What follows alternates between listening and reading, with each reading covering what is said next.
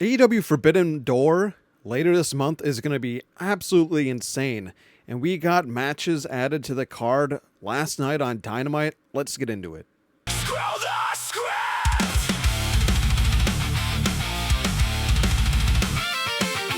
Welcome back, everybody. It's Screw Strip, and your host, as always, Maverick. Thanks for joining me on this Thursday drop. Let's get right into it. Last night on Dynamite, there's a card for you up there. It was a great card, a lot of singles matches, but the main premise of this video is how insane Forbidden Door is already shaping up to be. I know we're still a couple of weeks out, technically, before the show, but last night we had 3 things confirmed for the show that are going to be absolutely fucking nuts. Real quick, before I get into that, let's quickly recap Summer Blockbuster. Brody King came up short to Swerve Strickland in the main event. Really, really good, solid match. Best match of the night. Moxley beat Shane Taylor. Maya World with the shocking win over Sky Blue. That was the biggest shock of the night for me. Andrade beats Orange Cassidy, which had my Maverick moment. Check it out.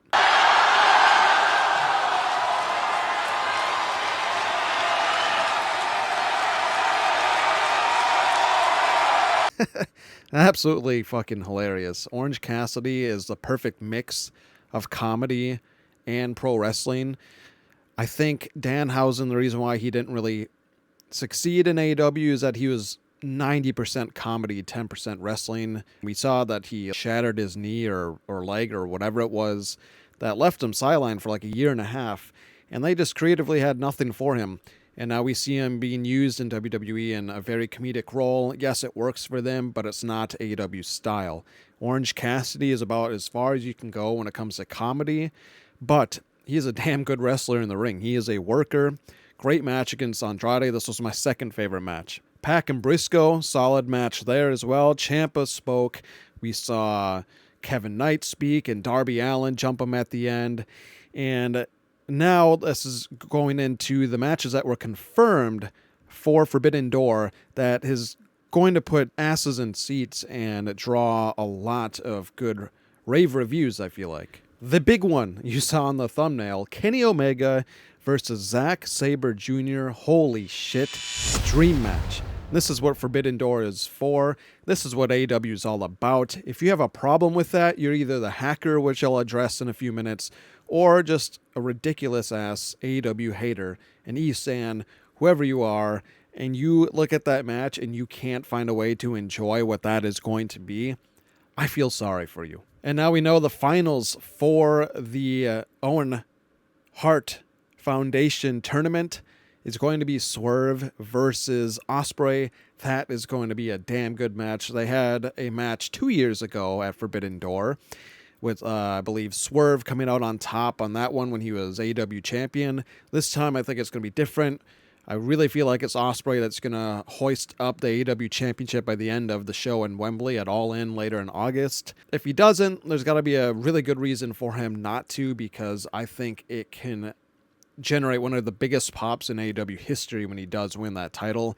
But this is going to be a really, really good match, one for the record books for sure. And then the huge thing that happened after Briscoe's match, that happened backstage, funny segment with MJF and the Don Callis family, as Mark Briscoe was granted a title shot if he can beat MJF's team in a steel cage. It is going to be 6-on-6 steel cage match, Forbidden Door. If Briscoe wins, he gets a title shot. Let me know down below if you're expecting any fun Forbidden Door surprise crossovers with maybe New Japan or any other promotion. I see rumors that Killer Cross possibly could be one of Team Briscoe's guys. How crazy would that be? MJF likely is going to get some Don Callis family members, definitely Kevin Knight, and a shoo-in for Mark Briscoe's team is definitely going to be Darby Allin, because that will just further escalate their feud between those two. But again, let me know in the comments if you have any wild guesses on who could be in this match. Some other pro wrestling news to get on with before we get to covering something with that hacker. MLP Mayhem coming up here the 12th and the 13th, 7 p.m. start time. TSN premiere episodes, tickets on sale if you're in Canada. I'm looking forward to watching this. This is going to be a lot of fun. Can't wait to hear Mauro Ranallo on commentary. It's going to be a damn good time as a pro wrestling fan. ROH Global Wars was actually, I believe, filmed immediately after Dynamite, or it's being filmed Wednesday and Thursday. So it looks like it's going to have a sellout crowd. It's going to be a ton of fun. ROH, CMLL, Stardom, great trio working together. And you just got to love it with Tony Khan and AEW and us fans of the products that we're getting all this great crossover matches. MLW expects this weekend to be the most lucrative 72 hours in the history for arena events.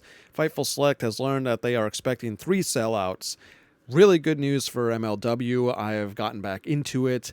It's definitely different from what it was when MJF was there years ago, but I really like it. Again, Killer Cross is over there, and that is a great grab for them. And to go into that further, what I mentioned a minute ago, he believes the door has always been open for him to join AEW. Forbidden Door, is that foreshadowing? Who knows? I have a tremendous amount of respect for Tony Khan, and he knows that. I prefer to keep those conversations private out of respect for Tony and myself. I think it's always been open. I think at some point we will see Killer Cross in AEW because AEW is just expanding their partnerships with many companies, not TNA, and excelling these companies and helping them get on the map. Unlike what WWE did when they drained TNA's roster and made their NXT wrestlers beat TNA wrestlers, and NXT is supposed to be developmental over there. So what did that make TNA look like?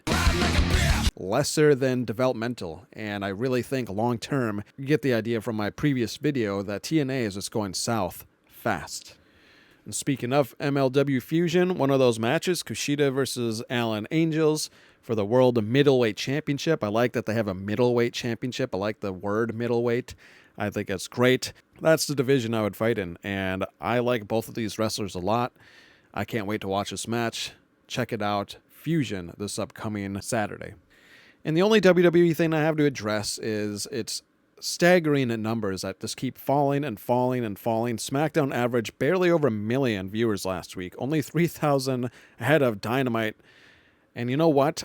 Let's pause right there. Dynamite, those ratings that we see for Dynamite, I don't think it still fully includes everybody that watches on HBO Max like myself. There is a good chance that Dynamite beat SmackDown in the ratings this week. A show that's been around for decades versus a show that hasn't even reached a single decade yet. That is fucking awesome for AEW. Now, to address that hacker, I got it figured out, you guys, and I will let you know what the process was. So, with all the help that I had over the last week with that eerie, creepy video that popped up with those still frame hints, CWC was in the still frame, and a red circle and a barren-looking wasteland, and the word opposite. Well, after hours of thinking throughout the week, I pieced it together. I was glued on the word opposite, and I was like, what's the opposite of a circle? Triangle? No, square. What's the opposite of a barren wasteland? A garden. Madison Square Garden, CWC. I looked up when CWC started, because that was WWE before they were WWF, WWE.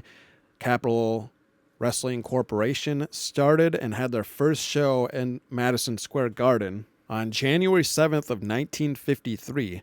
So I went back to the SD card, and like I said, it was a 6 to 8 digit. I put 01071953, and I got in, you guys.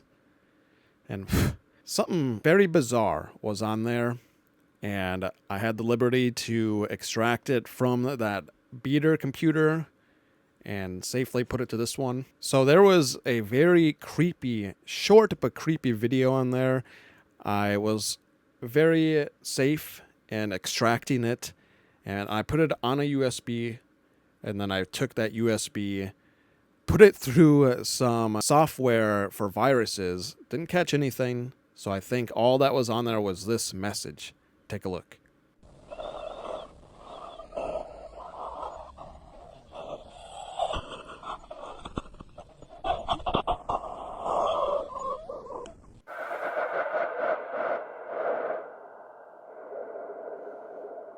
Yeah, so I don't know what the fuck to think of any of this now. I mean, that's pretty creepy. And obviously, this is a little bit more serious now. Somebody mocking me. I don't know who this is. They want my channel to end, basically. They want AEW to end. They only think WWE is the way to go. I have no clue who this person is because that mask had zero showing of identity at all. And so we'll just see where this goes. I'm going to have to do some sort of response to this person, not on this video, but sometime soon. Now on to my DDT of this video.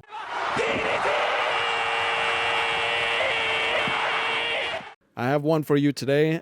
DM Alchemelts, if I'm pronouncing that right.